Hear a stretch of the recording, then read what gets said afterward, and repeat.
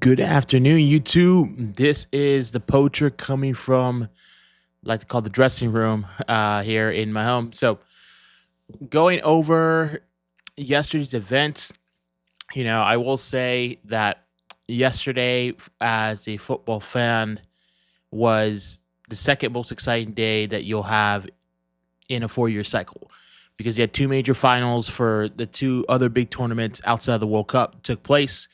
As you know, even if you were a citizen in one of these countries or just a neutral fan, we all got to enjoy some amazing football that came up. And these two games were great finals to begin with, and they played like them. You could feel the intensity, you could feel the moments, you could feel where certain teams were taking chances, other teams were being more defensive as we go. So I think that plays a great tune when it comes down to how these finals went, and let's go over them. Here we go. Let's go with the first one.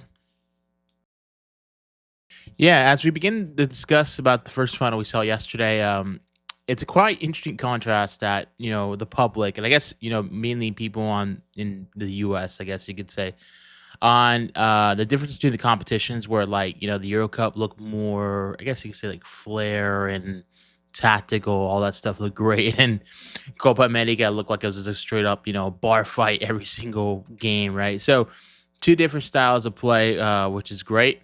But let's get into it. So in the Euro Cup final, you had Hispania play against England, or Inglaterra, like a lot of people like to call it.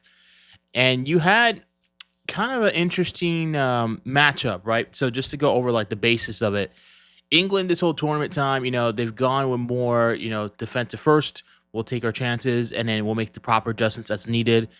And every single game in the knockout round, just England just found different ways, just scoring goals when they mattered to, right timing the goals. So, for example, like the Jude Bellingham bicycle kick in the round of 16, or getting it done in penalties against Switzerland, or 90th minute by Watkins, right? So, I think England heading to this game, you felt like they had a lot of confidence because, the things that would, curse England in the past, right? And I'm talking about, 1998 when Dave Beckham got the red card, or 2002, where they had a good run, but just fell short to Ronaldinho in Brazil.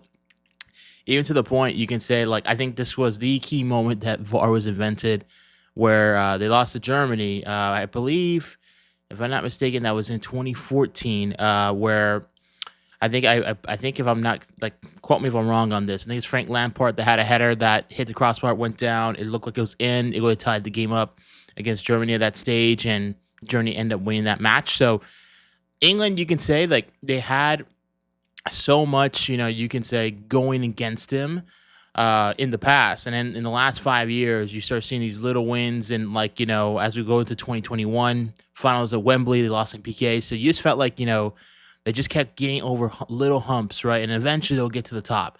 So England was feeling good. And then you look at Spain, right? In Spain, you kind of have like a resonance going on right now with that team, right? You got changing all the old guard, which you had Xavi, Iniesta, Busquets, along with, you could say Puyol and Piqué in there with Fernando Torres, and you had so many great players, and they had this great streak of winning 3 consecutive titles, which we'll get into that, how that impacts Copa America. But you feel like with Spain, they kind of digress, but now, it's a changing of the guard coming in, and the key players in this are all playing in La Liga. They're playing for big clubs, so you just felt like maybe okay, are they that naive and young that they might not think about the big moment, right? So, but all right, breaking it down, as this game began, you could just tell that Spain wanted control pace and tempo, control possession, control the attacking third, which they did. England was allowing that pressure. They were just trying to feel them out, I believe so. And Spain had the better of the first half. It was kind of trying to figure out what weak spots are going to be in being between the lines, and and I felt like England just kind of okay, you know what, we just get to halftime and then we'll make some adjustments. During the half, it looked like Spain made the better adjustments to begin with. And right out the bat, Nico Williams scores a great goal. Great build-up play coming in. And, it was one of those types of plays that you can kind of see it, 3 steps ahead. It's okay, we get this pass in, play across to Nico Williams, one-time finish, fantastic. And now if you're an English fan, you're thinking, okay, here we go again. But at the same time, they've been here before. They've been down before in knockout round. They can figure it out. Now you look at England. England made some adjustments. Harry Kane, struggled. I would say like age just was becoming an issue. Tired legs. So I think the subs like Southgate did work to a certain extent, which led up to the tying goal. Great play by Saka, got to Jude Bellingham, one touched it, and then obviously to the finish there. And now you had life into the game where I think now, like, you think about, okay, England, I think, has the confidence now. They came back before and they could get this done, right? And, when you're in this late stage in the tournament, this late stage in the final, most finals are determined either by a fantastic play or a very bad mistake, which I believe on the Spanish winning goal, both of those happened. Right, great play. Great play, great ball inside. I think the goal scorer made a great, fantastic run, but I think also England made a huge mistake. I think Pickford in particular, just knowing that like the Spanish forward would get there first. I don't know why he went so much far post, but that ended up costing them the game. And again, now if you're England, you're thinking, when will it happen and what changes do you need to make? And like I think if I'm an English fan, where I'm kind of like kind of cautious, is like yes, you had Jude Bellingham, which is I'll say top 5 player in the world now, but now like some of your good players are getting a little bit older now, so like I'm curious what England's gonna do moving forward. But you look at Spain right now, could we start of a dynasty? Who knows? They have a young team. They just won the Eurocopa. They are feeling good. So I think for sure Spain's going to be a force in 2026 when the World Cup comes here in the United States. So, but fantastic game. I honestly thought it'll go extra time. We got a little bit surprised, but the right team did win this game. I felt like Spain was the better team out of the two. They deserved to win this game, and I'm glad it didn't come down to controversy over like a potential PK or VAR call. I'm glad the right team did win this game. So congrats to España, well deservedly so. And then let's see what they're gonna do moving forward. But on that, I'll go through another video of like my overall thoughts about the Euro Cup. But great game for sure. Is the Copa America final, which started 80 minutes after initial kickoff. I was reading the news about the tickets situation going on in Miami, and how that was an absolute disaster that took place, and hopefully there's any victims that came forward because of like the crush that happened at the ticket. Hopefully they're okay. They're in my prayers on that. But now getting to the game, right? And I think this one was interesting because you had Argentina. They have won the Copa America and World Cup back to back.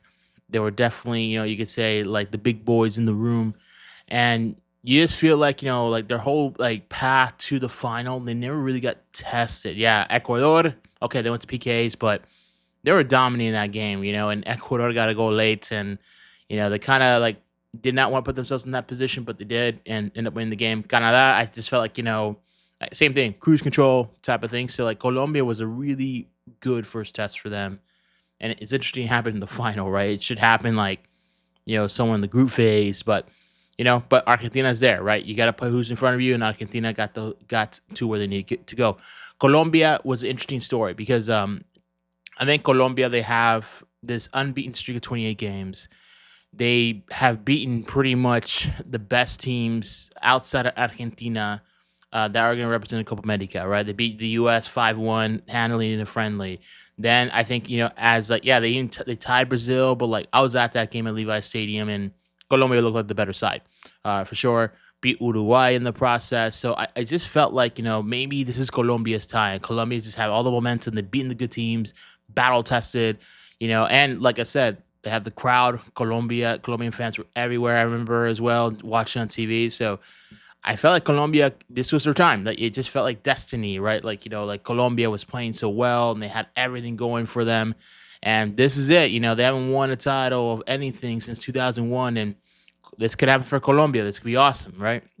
And I think, as this game progressed, right, as it began, same thing. Both teams were kind of like feeling each other out, trying to figure out what's what's could work, what cannot work throughout the game, and like I said, like finals are different. They're not your typical group play game or quarterfinal. Like finals has a different tone and intensity to it, where I feel like you just got to be on your A game all the time. So I think Colombia, in the first like 20, 30 minutes, I think they were the better side. They had the majority of the possession. They had the shots going. I just felt like they just had the crowd behind them. And I felt like if Colombia was going to make an upset here, it would have been the first half. They would have gotten a lead and then coast. So I think Argentina was just trying just to hold on till like halftime to regroup. So halftime comes along, Scaloni makes some changes with that, and second half, here we go. And like, of course, the big talking line is going to be about Messi, right? And I felt like, speaking about Messi, I felt like in the first half, I think he took a hit on his ankle. I think he was on a run that like he ended up being out of bounds. I think that was like kind of like the start of it, and then just got worse. But that's my opinion. I need to watch. I think there's a doctor on YouTube that explains more about it, about the rotation. So I'm just curious. But with Messi, being out, the question on everybody's mind for the longest time is, can this Argentina team win without him? And they proved that they can, right? So I think, you put in Gonzalez. Gonzalez was good on the left side, was dynamic, dangerous, and you could just tell, just little by little, right? Like Argentina was just bringing the game back to them, right? And I'm just saying this as a neutral fan watching this, is like, you just felt like, Argentina's experience and savviness is going to prevail. And as it got to like the 70th, 80th minute, it just felt like more, hey, it's Argentina's game to win. Colombia, their best chance now as it goes to penalties, right? Based on just the way the game was going. Extra time came in, and, great subs that Scaloni made. And with Martinez coming in, I think a lot of people don't understand the story this guy's been through, the road he's been through. He was a starter, and then they lost Saudi Arabia and Qatar, and then he got replaced. And I think for a moment for him to score the goal the way he scored it in a Copa America final was fantastic. Happy for him. Di Maria, walking off, send off, and Di Maria was an excellent player. I think one of the best of his generation, that he got to, lace it up. And then Argentina ended up winning this whole thing. And now Argentina, just like Spain was in, 2000, I would say they're a little bit better, and I'll tell you why in a bit. But you have like Spain, winning 2008 Eurocopa. Then you have them win the World Cup, and then the Euro Cup 2012, and then you have Argentina, almost same route. Copa America, World Cup, Copa America. I personally think that this is the best run a national team has had at all time, and the reason why I say this is like Spain in 2009, they went to Confederations Cup and they lost to United States of America in the semifinal with Bob Bradley, right? And I think a lot of people don't remember that, but that was still a FIFA tournament and they still lost, right? That game, it was a game that Josie Alter, Clint Dempsey scored. So I think right now Argentina's dynasty right now is better than Spain was in 2008. That's my opinion. Comment if you guys think differently, but that's just my 2 cents on that. But I think, at the end of this, I'm curious now, is Messi going to play in the World Cup? I think for a marketing, branding perspective, that's the best send-off. Going to World Cup 2026 in the United States, biggest stadiums, and I think if you're Messi and you feel like you're up for it, yeah, do it, man, for sure. And then, walk off to the sunset. I think Cristiano Ronaldo would do the same. So I'm kind of curious on that. But, back to the games, right? Great finals. I felt like, the right teams won. I felt like it felt like you could say satisfied. That's the best way I could describe it. That you had 2 finals that at the end, the champions are champions. And now, when it comes down to international game, yes, we have, World Cup qualifiers all over, but, we won't really be seeing much intense competition until the Finisma, which is Spain is, Argentina next summer. It's kind of like a friendly. I still think, bring back the Confederations Cup. That was kind of cool to witness, but, I'm not a FIFA. But other than that, yeah, great finals on Sunday. I'm excited to see what the future holds. I know the upcoming seasons are coming up. Liga MX already kicked off. MLS is mid-season. And then, but for sure, I would say when it comes down to June 14th, 2024, probably the best soccer day in the calendar until the World Cup final in 2 years' time. Outside of that, yeah, thanks for watching. Let me know what you guys' comments are. I'm kind of curious as we grow the channel. Looking forward to more videos. But on that, thanks so much. I'm glad you guys enjoyed the finals.